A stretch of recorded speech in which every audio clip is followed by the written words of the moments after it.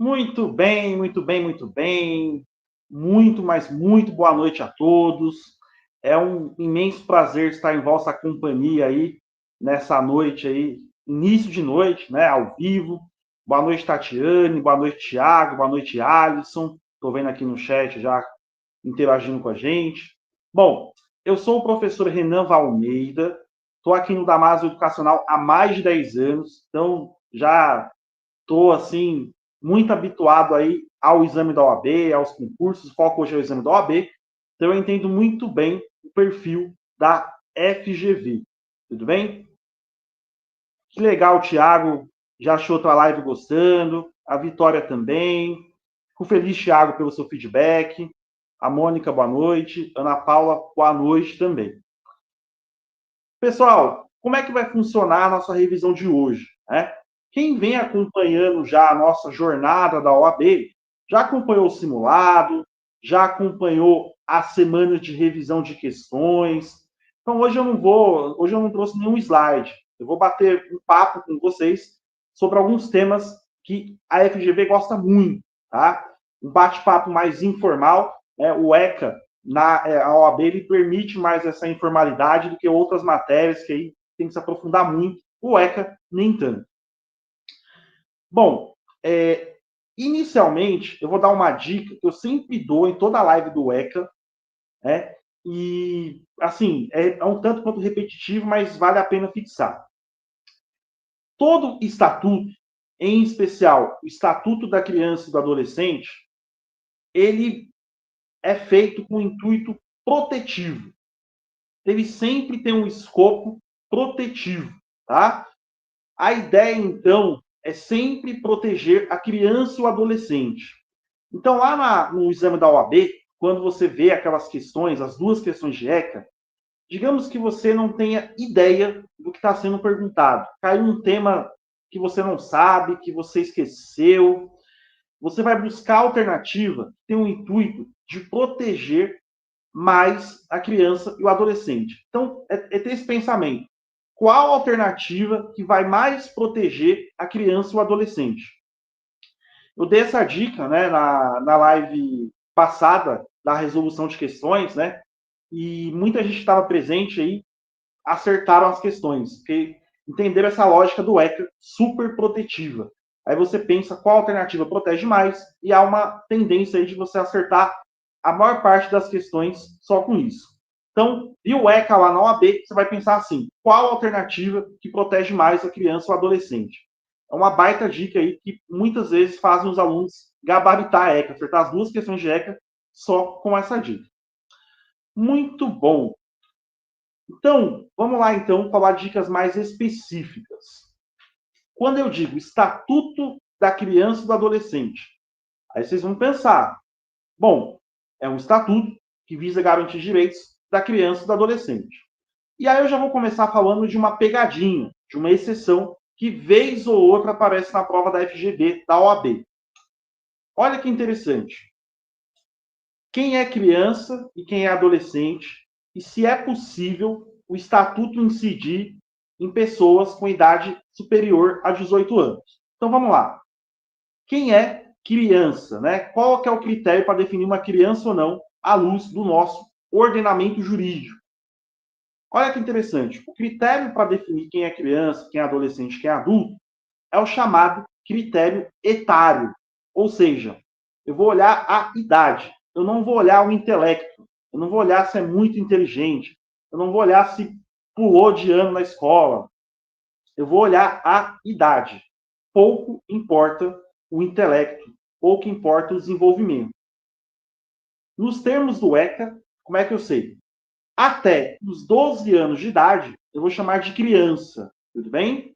Então, até 12 anos é criança. Até 12 anos é criança. Fez 12 anos é adolescente. Então, fez 12 anos é adolescente. Muito bom. Já sabemos, então, que até os 12 é criança. Fez 12 anos, passa a ser adolescente. Já sabemos quem é criança e quem é adolescente. O ECA, ele pode incidir excepcionalmente também além de crianças e adolescentes. Como assim, né? Vamos entender isso melhor. No direito penal, vocês aprendem, né, a teoria da atividade, né? Teoria da atividade. Na teoria da atividade, eu sei que o tempo do ilícito penal é no momento da ação ou omissão, ainda que seja outro momento do resultado. Então, para saber o tempo do crime, eu vou olhar o momento da ação e omissão, mesmo que o resultado ocorra depois. Vamos pensar que um adolescente com 17 anos e 10 meses está muito perto de completar 18 anos. Né? Adolescente com 17 anos e 10 meses. Ele vai lá e mata alguém com 17 anos e 10 meses. Nesse caso, certamente, quando ele for julgado, no final do julgamento dele, ele já vai ter mais do que 18 anos. Então, entenderam a situação? Ele praticou o homicídio, ele era adolescente. Mas na data do julgamento, ele já vai ser maior de idade, já vai ser adulto. E aí, vai incidir quais normas? O ECA ou o Código Penal, o Código de Processo Penal? Vai incidir o ECA. Vai incidir o ECA. Ou seja, no caso do adolescente que comete um ato infracional quando ele estava na adolescência, e vai ser julgado quando ele já tiver atingido a maioridade, vai ser julgado pelo ECA. Como o Alisson acertou aí perfeitamente. É isso mesmo, vai ser julgado pelo ECA. Vocês concordam comigo que, ao ser julgado, ele vai ter mais do que 18 anos? Então, nesse caso, vai incidir o ECA mesmo em alguém que já não é mais adolescente. Conseguiram entender a exceção? Então, se ele praticou um ato quando era adolescente e for julgado quando já for adulto, ainda assim vai incidir o ECA. Ou seja, excepcionalmente, o ECA vai incidir mesmo em pessoas que já atingiram a maioridade, mesmo em adultos. Tudo bem? Entenderam essa exceção? A FGV vira e mexe pergunta sobre isso, tá? Então, excepcionalmente, o ECA sim pode incidir quando for maior de idade, se ele cometeu o ato quando ele ainda era adolescente. Tudo bem? Isso, Alisson, é as mesmas normas do direito penal aqui, no caso do ECA, né? Aquele macete que eles aprendem em penal, né? Teoria da atividade, lá, do luta. Então, o que importa é no momento que ele praticou aí o ato infracional. Então, se o enunciado da FGV discorrer essa situação que eu contei para vocês, que cai muito isso, vocês já sabem como vão responder, tá? O que importa é no momento que ele praticou o ato. Quantos anos ele tinha? Não quando ele for julgado. Ele praticou o ato, ele era adolescente, então ainda assim vai incidir o ECA, mesmo que ele tenha mais que 18 anos. Muito bom. Então já aprendemos o conceito de criança, já aprendemos o conceito de adolescente e já aprendemos uma hipótese em que o ECA vai incidir mesmo quando a pessoa já for um adulto, a pessoa já tiver passado aí da adolescência. A gente vai aprender outra hipótese que o ECA vai incidir, mesmo não se tratando de criança e adolescente. No caso da gestante. É isso mesmo. No ECA, a gente encontra uma série de direitos da gestante. Mas por que, professor? Porque uma das formas de eu resguardar os direitos da criança e do adolescente é resguardando o direito da mãe, né, na gestação. Uma boa gestação certamente ajuda muito aí na formação da criança. Tá? Então, eu preciso garantir os direitos da gestante. Beleza? Tudo bem. E quais direitos da gestante que o ECA prevê? Vamos pegar os principais. O que são os principais? Aqueles que a FGV sempre pergunta. Primeiro direito da gestante que a FGV sempre pergunta, que está no ECA. A questão do direito do acompanhante em todos os momentos. Então, a gestante tem direito de um acompanhante em todos os momentos, todas as consultas. No pré-natal, durante o parto e no pós-parto. Então, a gestante tem direito a um acompanhante em todos os momentos. Eu acho que muitos de vocês devem se recordar daqueles casos lamentáveis, né, de abuso sexual de gestantes, né? Nossa, deu muita repercussão, né? Porque infelizmente acontecia isso muito, né? Uma coisa horrível da gestante lá no trabalho de parto e ter algum tipo de abuso sexual. E pensando nisso, que o ECA fez essa mudança aí, não tem tanto tempo assim. Quando eu comecei a dar aula de ECA, não tinha esse artigo. Hoje tem. De que a gestante tem direito a um acompanhante em todos os momentos, em todas as consultas. Seja no pré-natal, seja durante o parto e seja no pós-parto. No puerpério, melhor dizendo. A FGV pergunta muito isso. E é um acompanhante que dá preferência da gestante.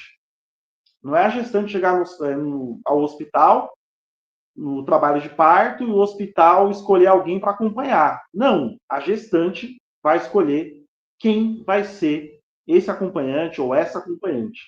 A escolha da gestante. O outro ponto da gestação, né, que a FGV gosta de perguntar, é a questão do acompanhamento psicológico. Acompanhamento psicológico. O ECA prevê que descobriu a gravidez, tem direito a acompanhamento psicológico. Durante a gestação, tem direito a acompanhamento psicológico. No puerpério, tem direito a acompanhamento psicológico. A FGV, às vezes, coloca lá como alternativa que tem direito só durante a gravidez. Depois não tem mais. Mentira, tá? O ECA prevê direito a acompanhamento psicológico em todos os momentos. Tudo bem? Inclusive durante o puerpério, né? O puerpério é uma fase muito difícil para muitas mulheres. Então, ela tem direito, sim, a um acompanhamento psicológico. Beleza, estamos bem. Então, eu ensinei para vocês situações onde o ECA vai incidir, mesmo não se tratando de crianças e adolescentes. Beleza? Tudo bem? Ana Paula, é isso mesmo. A gente tem direito processual para todos os gostos. Bom, então, fizemos aí uma noção introdutória a respeito do ECA, né? Vamos prosseguir, vamos dar continuidade. Vamos falar um pouco a respeito do ECA no que tange a família. No que tange a família. Vocês não vão ver o mesmo conceito aqui que vocês veem no direito civil, né? Ontem o Tiagão fez uma revisão de direito civil e é diferente, tá? O ECA tem dispositivos específicos a respeito disso. Vamos estudar aqueles também mais recorrentes na prova da OAB. Olha que interessante. O ECA, ele incentiva a todo momento que a criança e o adolescente permaneça com a sua família biológica. O ECA incentiva que a criança ou adolescente permaneça com a sua família biológica. A ideia do legislador é fortalecer esse tipo de laço.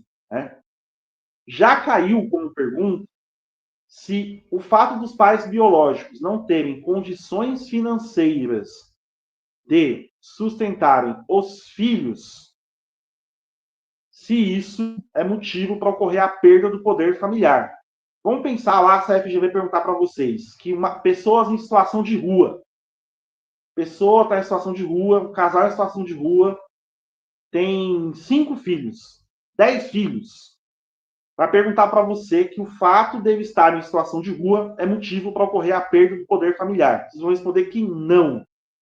O ECA prevê expressamente que a falta de condições financeiras não é motivo para ocorrer a perda do poder familiar. Tudo bem? Não é motivo. Professor, como é que faz então? Deixa as crianças, os adolescentes na rua? Não. A ideia do ECA é que essas pessoas em situação de rua vão ter algum tipo de apoio do Estado. Tudo bem? Lembra que aqui é sempre no campo da teoria. Tá? A prática aí, vamos esquecer a prática para o exame da OAB, né? Tem que responder à luz da teoria. Então, mesmo pessoas em situação de rua não podem ter a perda do poder familiar por conta disso. Falta dinheiro, então o Estado vai ter que ajudar de alguma forma.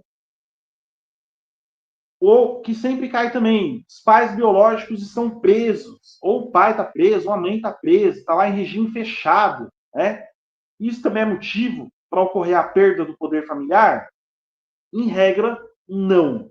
Em regra, não. Sério, professor? Sério? Quer ver uma coisa? Estava lendo esses dias uma entrevista com um filho do Marcinho VP. Ele é um cantor famoso, né? Inclusive, acho que ele até foi preso esses dias, não sei se continua preso. Mas eu vi essa entrevista antes de ele ser preso. O filho do Marcinho VP, segundo, né, a polícia, é um dos chefes do Comando Vermelho, uma das maiores facções. Marcinho VP tem inúmeras condenações por homicídio, tráfico, um monte de coisa. Nem por isso ele perdeu o poder familiar em relação ao seu filho. Inclusive, na entrevista, o filho dele disse que ele era um excelente pai. Né? Ou seja, o filho tinha contato com ele, mesmo ele preso. Por que o Marcinho VP não perdeu o poder familiar, não deixou de ser pai do filho dele, mesmo que o filho dele já nasceu e já estava preso? Né? Ele tem condenações aí que eu acho que provavelmente vai ficar a vida inteira preso. Né? Porque vai sempre cometendo novos crimes, e aí a pena vai sempre sendo, né, vai somando mais, somando mais. Por que ele não perdeu o poder familiar? Porque nenhum dos crimes que ele cometeu foi contra a família. Foi contra o filho, foi contra a esposa, foi contra outras pessoas. Se ele tivesse sido acusado de abuso sexual, alguma coisa do tipo, aí ele poderia perder o poder familiar. Né? Algum crime praticado contra o filho, contra a esposa, mas com todos os crimes que ele foi acusado e condenado, não tem nenhuma relação no seio familiar. Então não perdeu o poder familiar. Então lembra esse caso do Marcinho VP, para vocês entenderem que o ECA, de forma excepcional, que ele vai tirar o poder familiar dos pais biológicos. Né? Você vê que mesmo com muitas condenações penais, não se perde o poder familiar. Tudo bem? Então, o ECA vai fazer o possível para que a criança ou adolescente permaneça no seio da sua família biológica. Leva isso para o seu exame da OAB. Contudo, vale a gente ressaltar que há situações que não tem como. Há situações que é impossível que a criança ou adolescente permaneça com a sua família biológica. Por quê? Bom, pode ser que os pais biológicos não queiram ficar com a criança e com o adolescente. Comum, né? Acha que não tem condições, não quer ficar mesmo. Pode ser.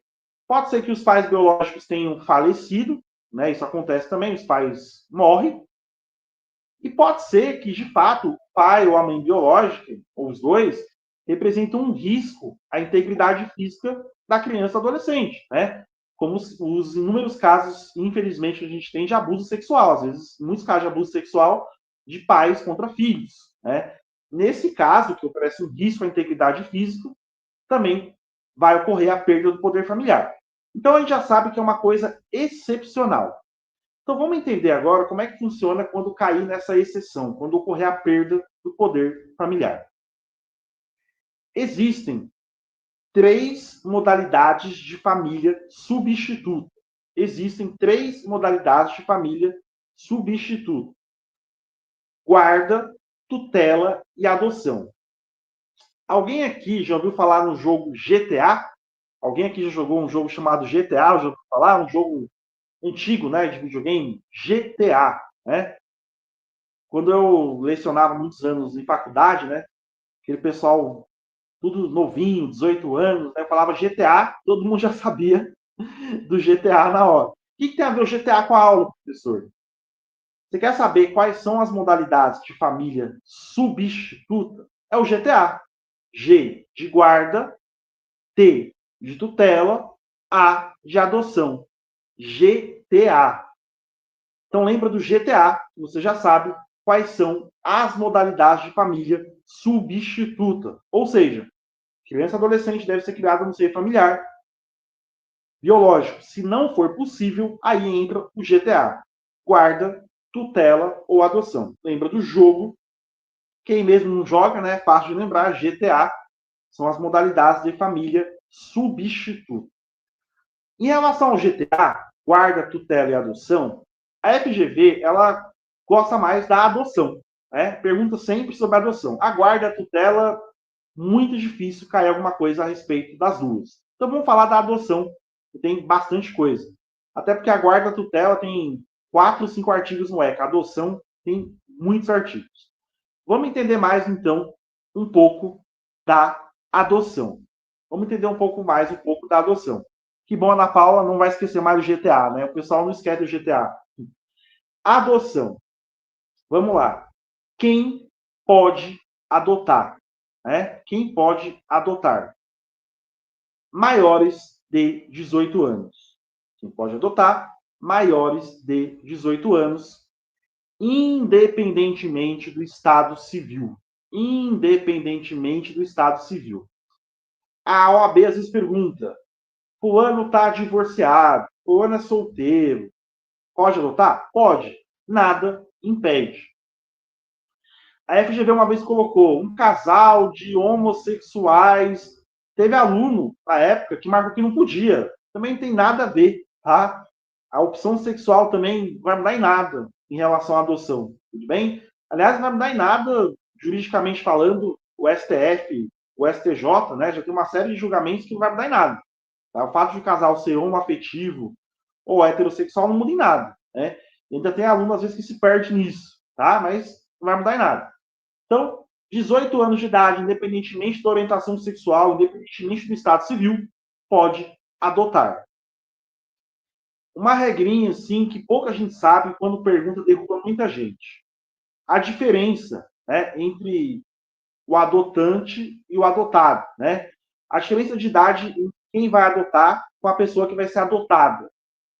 O ECA diz que tem que ser pelo menos 16 anos de diferença. Pelo menos 16 anos de diferença. Então vamos entender. Digamos que alguém com 18 anos de idade queira adotar, né? Tem 18 anos de idade e quer adotar alguém. Tem que ter uma diferença de 16 anos. Então essa pessoa só vai poder adotar alguém com até 2 anos de idade, para respeitar essa diferença de 16 anos de diferença. Tudo bem? Então, se alguém tem 18 anos quer adotar alguém, tem que respeitar a diferença de 16 anos de idade. É uma diferença. Tudo bem? O ECA prevê essa diferença de idade, pelo menos 16 anos. Beleza? Tudo bem? Isso aí, Sara. 16 anos. Boa, tá bem afiado.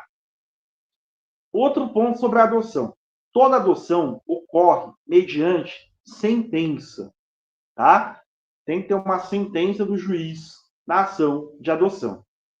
Eu sei que todo mundo conhece alguém que já adotou alguém e não fez nada disso, né? Muito comum. Isso de adotar alguém de uma forma irregular, sem ser por sentença, constitui um tipo penal lá do Código Penal, que a gente chama popularmente, né, de adoção à brasileira. O que é adoção à brasileira? É adoção irregular. Simplesmente as pessoas pegam, né, uma criança, normalmente uma criança, passa a criar aquela criança como se fosse filho, tá? Isso está errado, bem? Toda adoção tem que ser mediante sentença. O que quer dizer isso? O juiz vai avaliar se quem deseja adotar tem condições para isso, bem?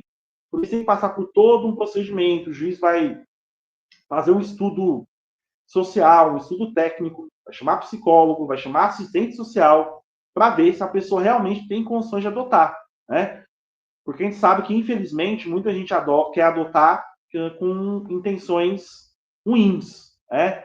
Fazer de empregado, comércio sexual. Então não dá para adotar desse jeito, assim. Vou lá e pego uma criança e vou adotar e acabou. Não, tem que passar por um procedimento judicial. Toda adoção é mediante sentença, tudo bem? Tem que ter uma sentença dizendo que a adoção está correta, está finalizada, aí você vai pegar a adoção, vai mudar os documentos da criança, vai poder exercer de fato o poder familiar em relação a essa criança ou esse adolescente. Tudo bem, tudo certo. Outra característica da adoção é que a adoção, ela é irrevogável. A adoção, ela é irrevogável. Tudo bem? Como assim a adoção é irrevogável? Uma vez que tivemos a sentença da adoção, uma vez que tivemos a sentença da adoção, não pode voltar atrás, tá bom? Se a pessoa quer adotar, vai passar pelo procedimento, o juiz teve sentença, acabou. É irrevogável. Aí vocês vão me questionar, nossa, professor, mas eu já vi casos que não deu certo, né, que a pessoa desistiu. Aí ocorre a perda do poder familiar. Não é a revogação da adoção. Ocorre a perda do poder familiar. Tudo bem? Então, ela é irrevogável. Se por algum motivo aqueles pais que adotaram a criança ou adolescente não conseguiram exercer bem o poder familiar, aí ocorre a perda do poder familiar, não a revogação da adoção. Cuidado com essa diferença de termos. Perda do poder familiar é diferente da revogação da adoção. A adoção é irrevogável. Tudo bem? Período, vocês estão perguntando aqui, meu Deus, eu sem óculos, agora estou vendo. Períodos de convivência são 90 dias. Qual o período de estágio? Muito bem. Essa pergunta ela não é muito usual no exame da OAB, por quê? Primeiro, o ECA, ele prevê um estágio aí, em regra, de 90 dias, tá? Só que tem diversas exceções em relação a esse prazo de 90 dias. Como assim, professor? Esse estágio de 90 dias, ele pode ser prorrogado, reduzido ou até dispensado. Por que dispensado? Vamos pensar num caso hipotético.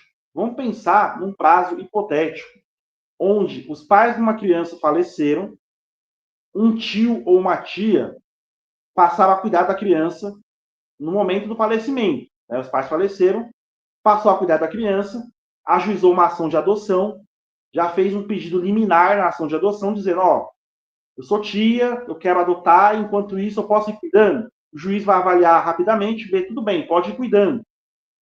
E aí, no final do procedimento da adoção, o juiz pode até dispensar o prazo de estágio de convivência se ele já ocorrer, se ele já ocorrer de fato, tá? Por isso que é uma pergunta que não é a cara da FGV, porque ela é muito flexível. Há mais ou menos um mês, para vocês terem ideia, Sara e Amanda, que me perguntaram, uma aluna minha da pós-graduação, né, que é advogada também, mas atua em outra área, me consultou, né, me contratou para regularizar uma adoção que ela tinha feito. Né?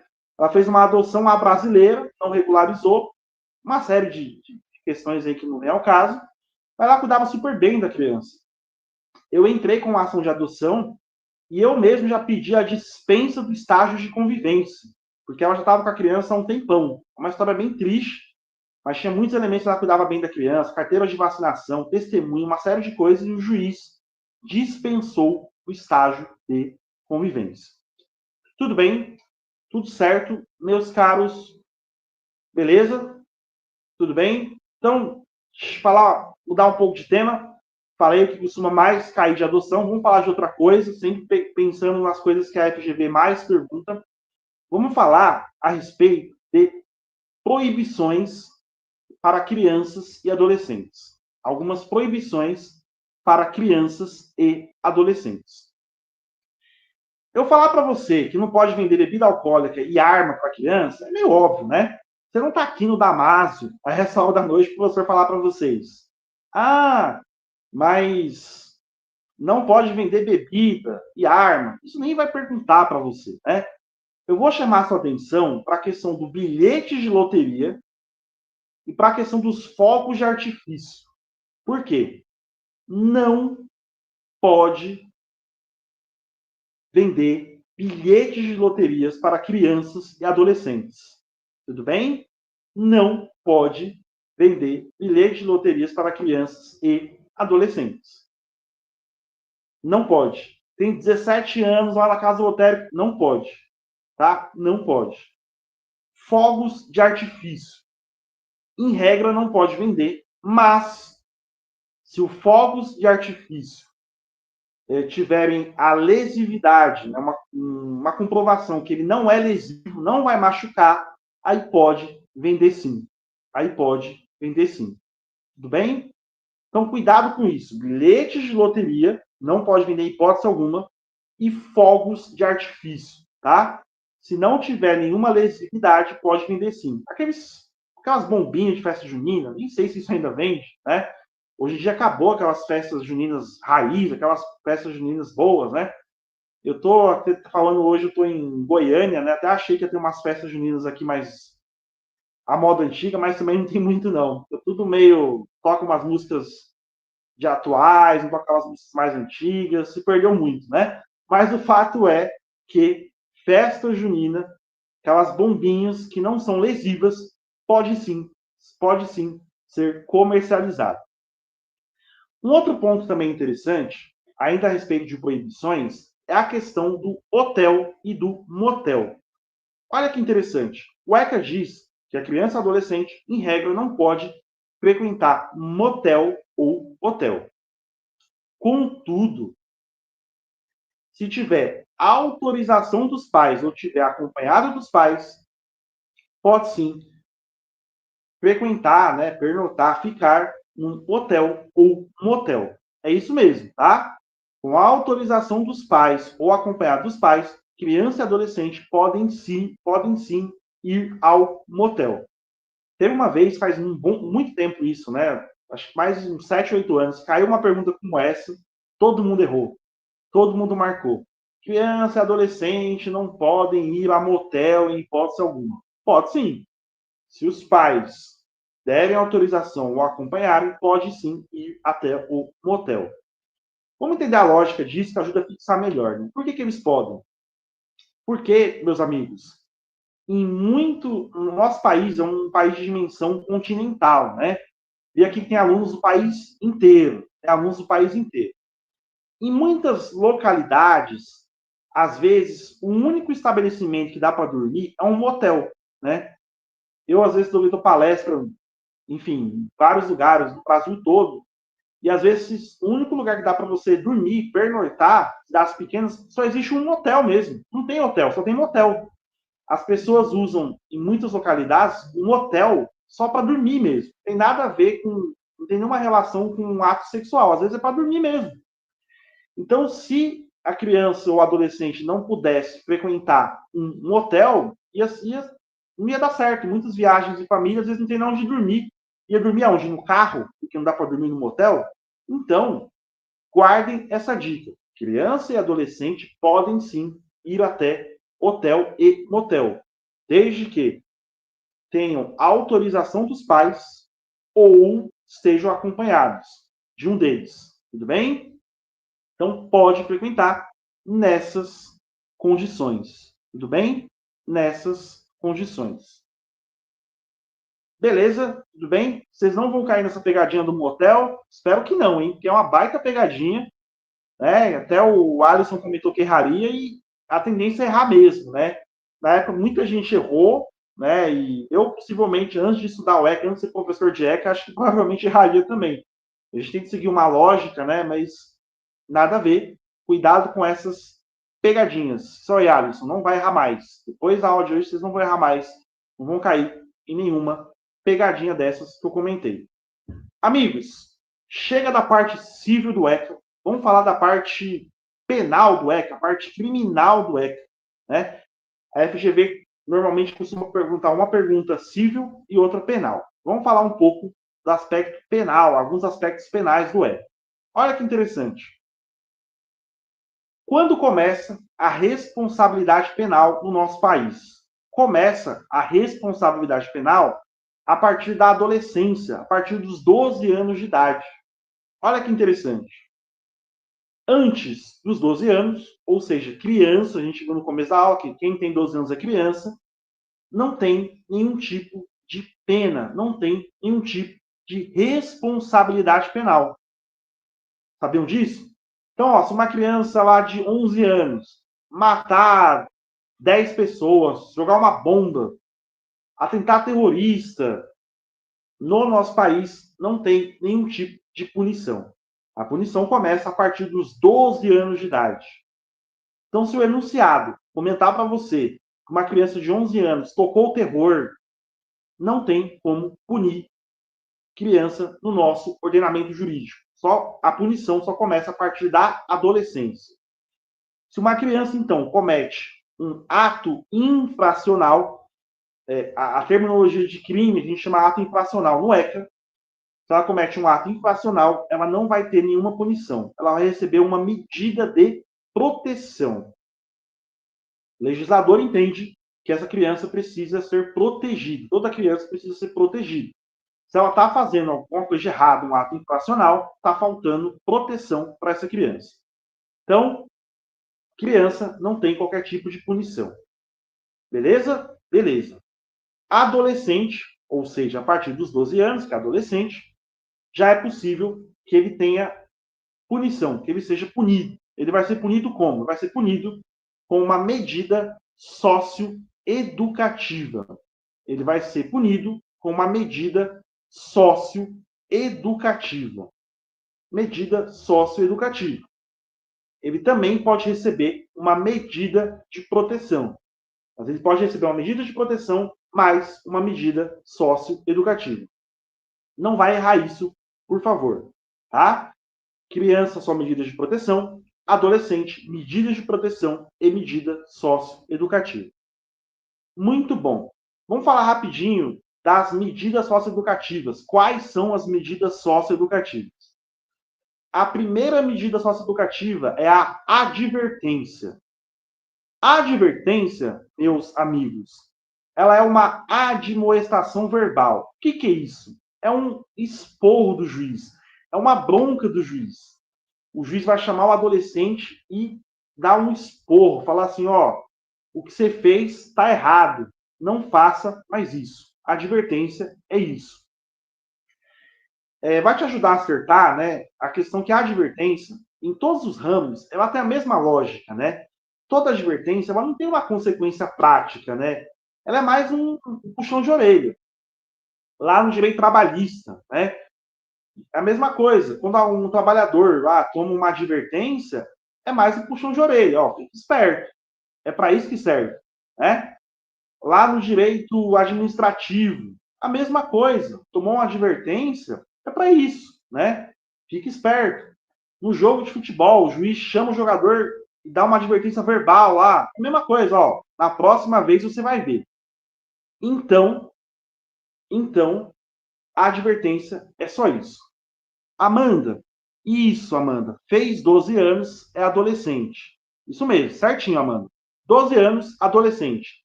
Menos que 12 anos é criança. Bom, tá certinho. É isso aí, Amanda.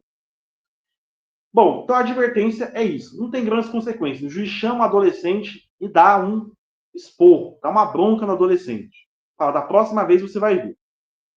A outra medida socioeducativa que eu quero comentar com vocês é a reparação do dano. É a reparação do dano. Reparação do dano é quando o ato infracional ele tem natureza patrimonial. O adolescente lesou o patrimônio de alguém. Aí ele vai ter que reparar aquele dano, tá bom? Como ele vai reparar aquele dano? Ele vai ressarcir financeiramente, ou vai devolver o que ele pegou, vai reparar o dano. Outra medida, prestação de serviço à comunidade. Essa aqui tem uma pegadinha, sim, nossa, que só quem viu essa aula não vai errar, mas quem não viu pode cair fácil.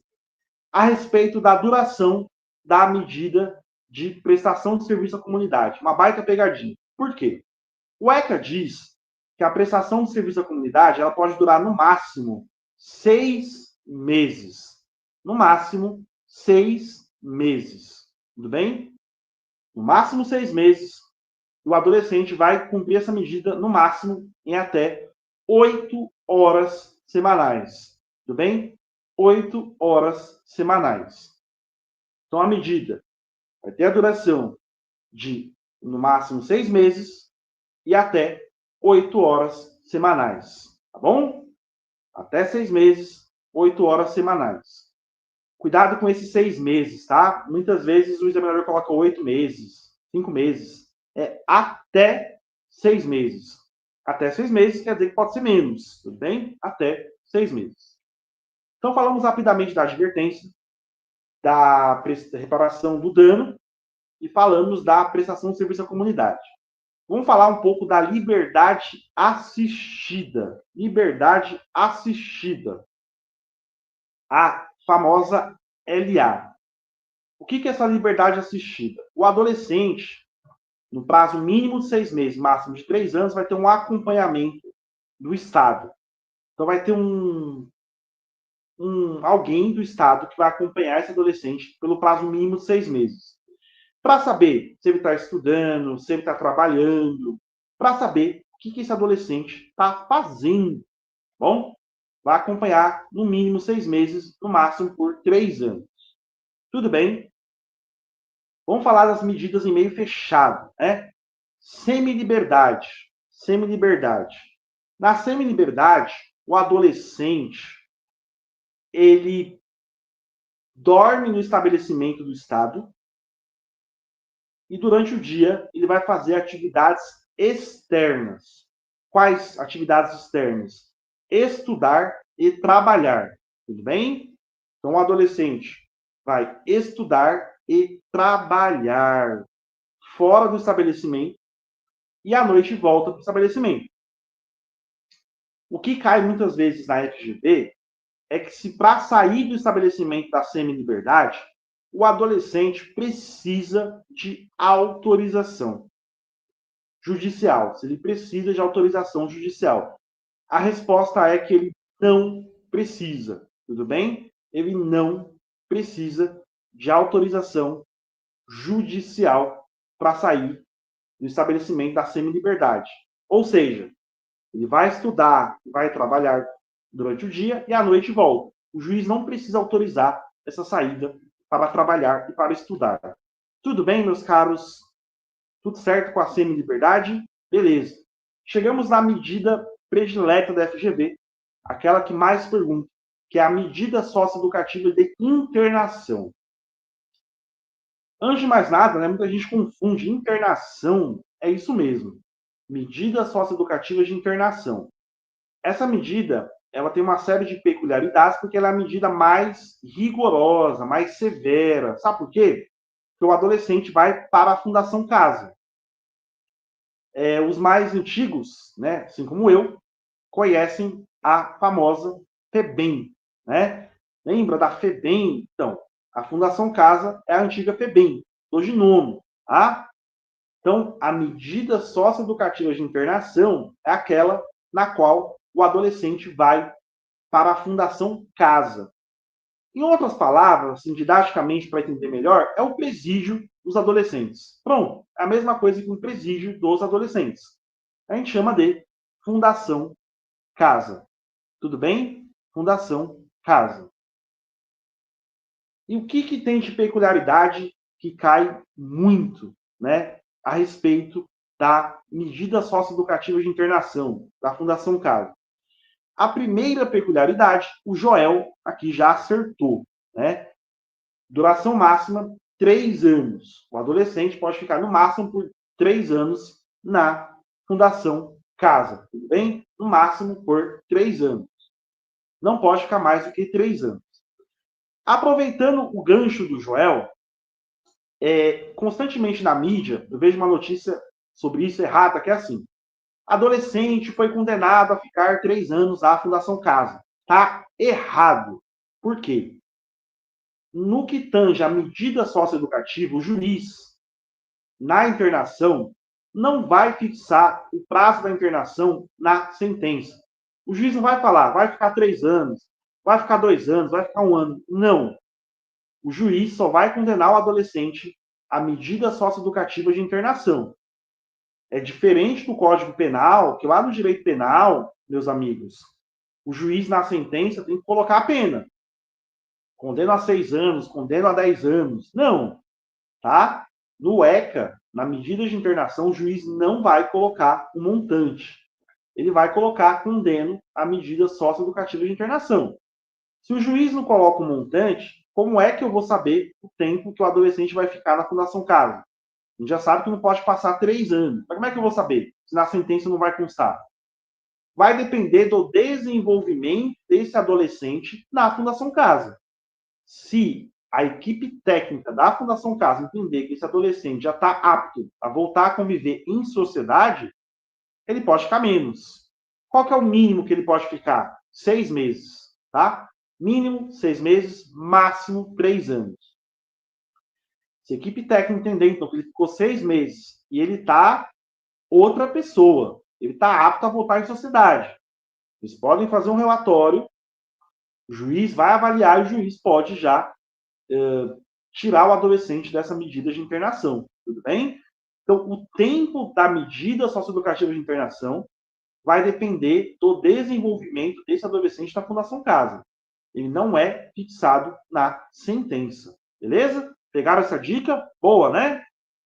Todo mundo sabia disso? Né? Jornais sempre noticiam errado. Vai ficar 3 anos. Não. Pode ser que ele fique menos, tá? Outro ponto da internação.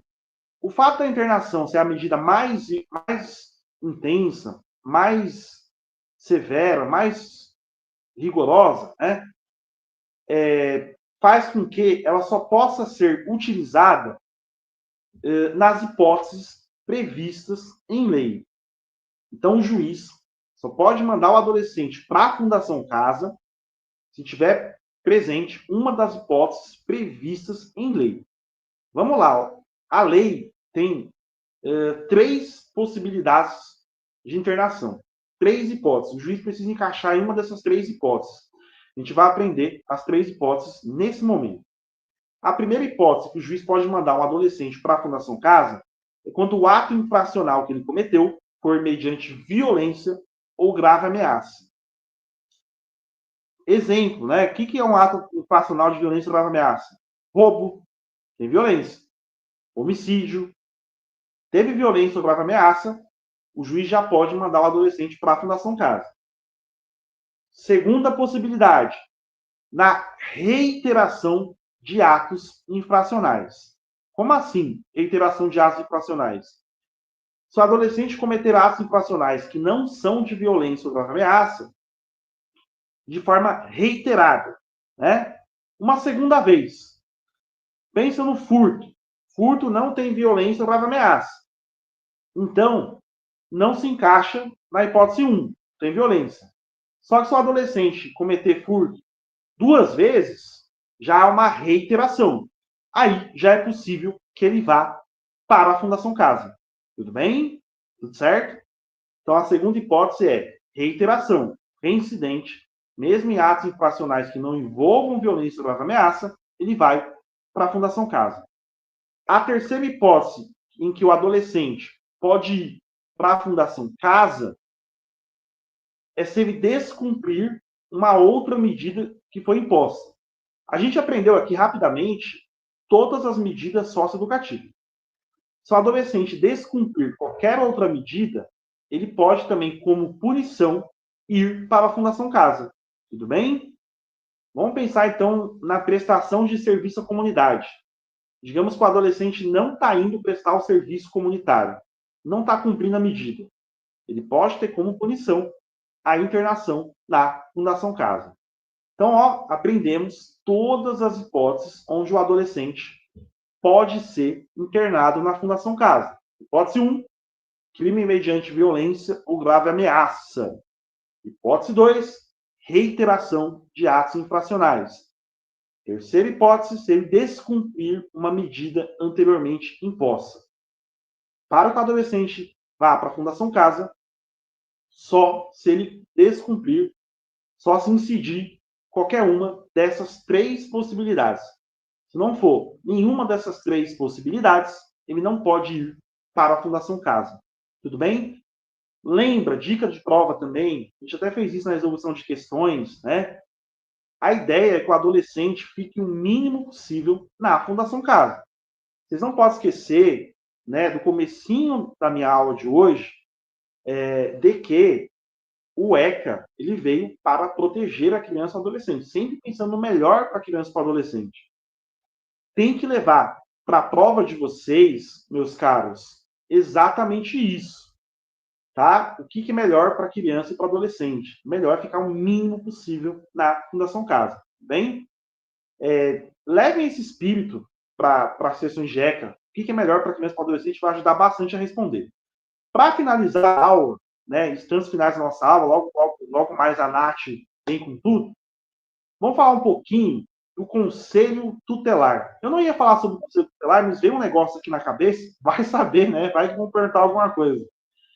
O que a FGV pode perguntar do Conselho Tutelar? Primeiro, onde vai ter Conselho Tutelar, né? Todo município do Brasil tem que ter pelo menos um conselho tutelar. Todo município do Brasil tem que ter pelo menos um conselho tutelar. É isso aí, Joel. Isso mesmo. Todo município. Tem município que não tem delegacia, tem município que não tem fórum, mas um conselho tutelar tem. Pode ter certeza. Pode ter 2.000 habitantes. Vai ter um conselho tutelar. Pelo menos um tem que ter. Cuidado com isso, que é pelo menos um. Né? São Paulo, a título exemplificativo, tem um monte, tem diversos. Bem, pelo menos um. Outra dica de conselho tutelar que pode te perguntar, em relação à idade, né? Quem é que pode ser conselho tutelar? Quem é que pode ser? Quais são os requisitos, né? Tem que ser uma pessoa idônea. O que é pessoa idônea? Para a OAB, para a FGV, você não precisa saber o que é. Basta saber que tem que ser idôneo. Na vida real é os 500, né? Você solicitar para concurso é os 500. Tem que ser uma pessoa idônea. Tem que ter uma idade superior a 21 anos, tá? Mais de 21 anos. E tem que residir naquele município. Tudo bem? Tem que preencher todos esses requisitos para ser conselheiro tutelar. Toma cuidado que, além desses requisitos mínimos, cada município pode acrescentar mais requisitos. Tudo bem? Cada município pode acrescentar mais requisitos. Tem município que exige curso superior, tem município que exige uma formação, tem município que tem que passar uma provinha. A ideia, de novo, é proteger a criança ou adolescente o máximo possível, tudo bem? Exigindo mais coisa, você vai proteger mais, tá bem? O que faz o conselho tutelar, né? Qual que é a função? Zelar pelos interesses das crianças e dos adolescentes. E para fazer isso, o Estatuto da Criança e Adolescente conferiu um baita poder para o Conselho Tutelar. Eles têm, a título exemplificativo, que é um bom ponto para perguntar, que é o poder de requisição. Sabia que o conselheiro tutelar pode requisitar vaga na escola, requisitar vaga em hospital, requisitar certidão de nascimento. Como assim? Se uma criança não consegue uma vaga em escola, o conselheiro tutelar pode fazer uma requisição. Ele pode fazer isso, inclusive, sem passar pelo crivo do Poder Judiciário. Olha o poder que tem o conselho tutelar. Ele pode advertir os pais, ele pode encaminhar os casos mais sérios para o Ministério Público. Então, assim, conselho tutelar tem um super poder. Né?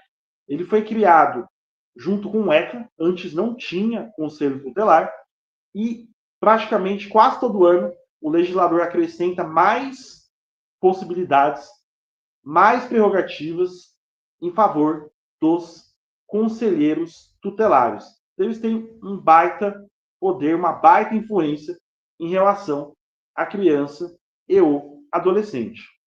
Uma mudança relativamente recente que teve questão do conselheiro tutelar é em relação à eleição, né? E a reeleição. Alguém aqui já votou na eleição de conselheiro tutelar? Alguém aqui já votou, né? Quando eu falo em sala de aula presencial, eu falo, levanta a mão, quem já votou? Quase ninguém levanta a mão. Por isso, muita gente acha que nem tem eleição, mas tem, tá? Todo mundo pode votar, né, para conselheiro tutelar. Acontece que o voto ele não é obrigatório, tudo bem? Diferentemente do voto, né, dos políticos, tal, ele não é obrigatório. Então, mesmo se você nunca votar, você não vai ter nenhuma consequência em relação a isso, tá? Então, é eleito, o voto não é obrigatório, quase ninguém votou, e normalmente quem ganha, né, ele leva os amigos para votar, né, ele fala, oh, vamos lá, vota em mim, só assim, né, porque realmente quando o voto não é obrigatório, a gente não tem um estímulo, né, a gente não tem vontade de votar, tudo bem? Mônica, quem pode ser o conselheiro tutelar? Justamente, Mônica, pessoa idônea, pessoa que reside no município e pessoa que tem idade a partir dos 21 anos de idade. Tá bom, Mônica? Se você tem esses 3 requisitos, você pode se candidatar a ser conselheiro tutelar. Só lembrando, Mônica, como eu disse, que cada município pode estabelecer mais requisitos. Esses requisitos que eu trouxe para vocês, meus amigos, são os requisitos mínimos previstos no ECA. Mas cada município pode elencar mais requisitos. Tudo bem? E em relação à reeleição do conselheiro tutelar, antigamente não cabia reeleição. Hoje pode ser reeleito quantas vezes ele conseguir. Sabe, deputado, senador, a mesma coisa. Eles podem ser reeleitos, podem ficar aí umas sucessões aí de mandatos sem limite. Isso mudou, não tem tanto tempo. Então, cuidado com isso. Tá? Pode ser que ocorra isso. O Alisson perguntou a questão de parentes, tem algum impedimento? Tem, tá?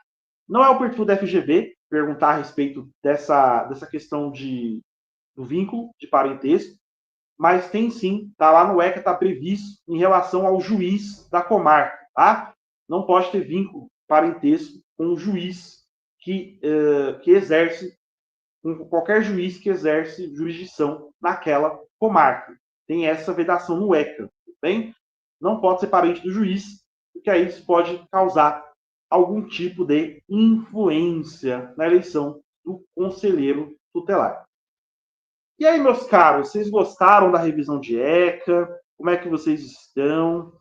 Muito rápido, né? Muita informação, mas acredito aí que foi uma boa revisão. Acho que deu para a gente ver muita coisa. Quem ainda não viu, eu recomendo também que veja as outras revisões do YouTube aí, que eu já fiz de ECA, né? Quem tem muita dúvida, a resolução de questões, a questão do simulado, tá? Vejam aí as revisões, estão na reta final da primeira fase da OAB, né? Tenho certeza, de coração mesmo, que quem vê as revisões, não só de ECA, mas de todos os conteúdos aí que o Damaso está disponibilizando, vocês vão ir para a segunda fase, tá? Vocês precisam acertar 40 pontos para a segunda fase, com as revisões. Quem não fez o simulado não dá tempo de fazer lá, baixa o simulado, vê a correção, vê todas as revisões, vocês vão conseguir fazer 40 pontos, tenho certeza. Aí é cuidar do emocional, né? Eu sei que já passei por isso, já faz tempo, mas passei por isso também. Cuidando do emocional e fazendo as nossas revisões, vocês vão passar com toda certeza aí na primeira fase da OAB e vão fazer a segunda fase da OAB aqui no Damásio. Tudo bem? Vamos fazer a segunda fase da OAB aqui no Damásio. Vou puxar a sardinha para penal, que eu sou professor da segunda fase de penal. A Nath, que vai entrar logo depois do que eu também é professora da segunda fase de penal. Então eu estou aí muito confiante que vocês vão conseguir passar e vão continuar aqui no Damásio, que optou também por fazer outra área de atuação, vocês são muito bem servidos. A nossa equipe de professores aí está à total disposição. Qualquer dúvida que vocês tiverem, vocês mandam lá na rede social. O meu Insta está aparecendo aí, ó. Eu respondo aí perguntas quase que diariamente dos alunos, tá? Estou estudando para a OAB, surgiu uma dúvida de ECA. Nossa, não sei como responder. Manda lá que eu vou ter o maior prazer de auxiliá-los aí na sua aprovação. Reta final, muito foco, muita revisão. Acompanhe todas as revisões, tem a semana inteira de revisão e no domingo você vai dar um show, tenho certeza. Todos vocês aqui vão passar, todos vocês estão aqui empenhados, né? 7 horas da noite aqui assistindo. Tenho certeza que a maioria de vocês trabalhou durante o dia. Eu tenho muita fé que vocês vão conseguir passar e muita certeza nisso.